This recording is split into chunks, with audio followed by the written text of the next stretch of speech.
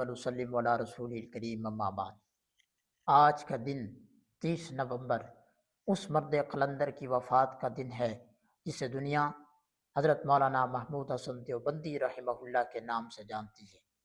وہ محمود حسن دیوبندی جو کہ استاد ہیں محدث کشمیری حضرت علامہ انور شاہ کاشمیری رحمہ اللہ کے، جو کہ استاد ہیں حضرت مولانا حسین احمد مدنی رحمہ اللہ کے، جو کہ استاد ہیں مولانا کفایت اللہ دہلوی رحمہ اللہ کے، جو کہ استاد ہیں مولانا شبیر احمد عثمانی رحمہ اللہ کے، جو کہ استاد ہیں مولانا اشرف علی تھانوی رحمہ اللہ کے۔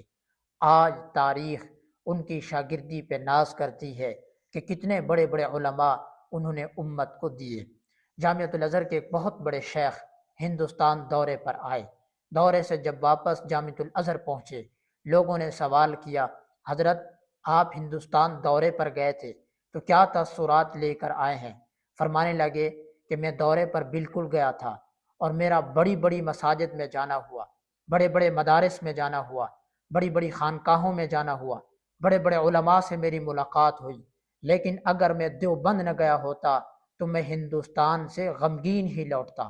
لو لم اراہا لرجعت من الہند خزینہ، ہندوستان سے میں غمگین ہی لوٹتا اگر میں دیوبند نہ گیا ہوتا۔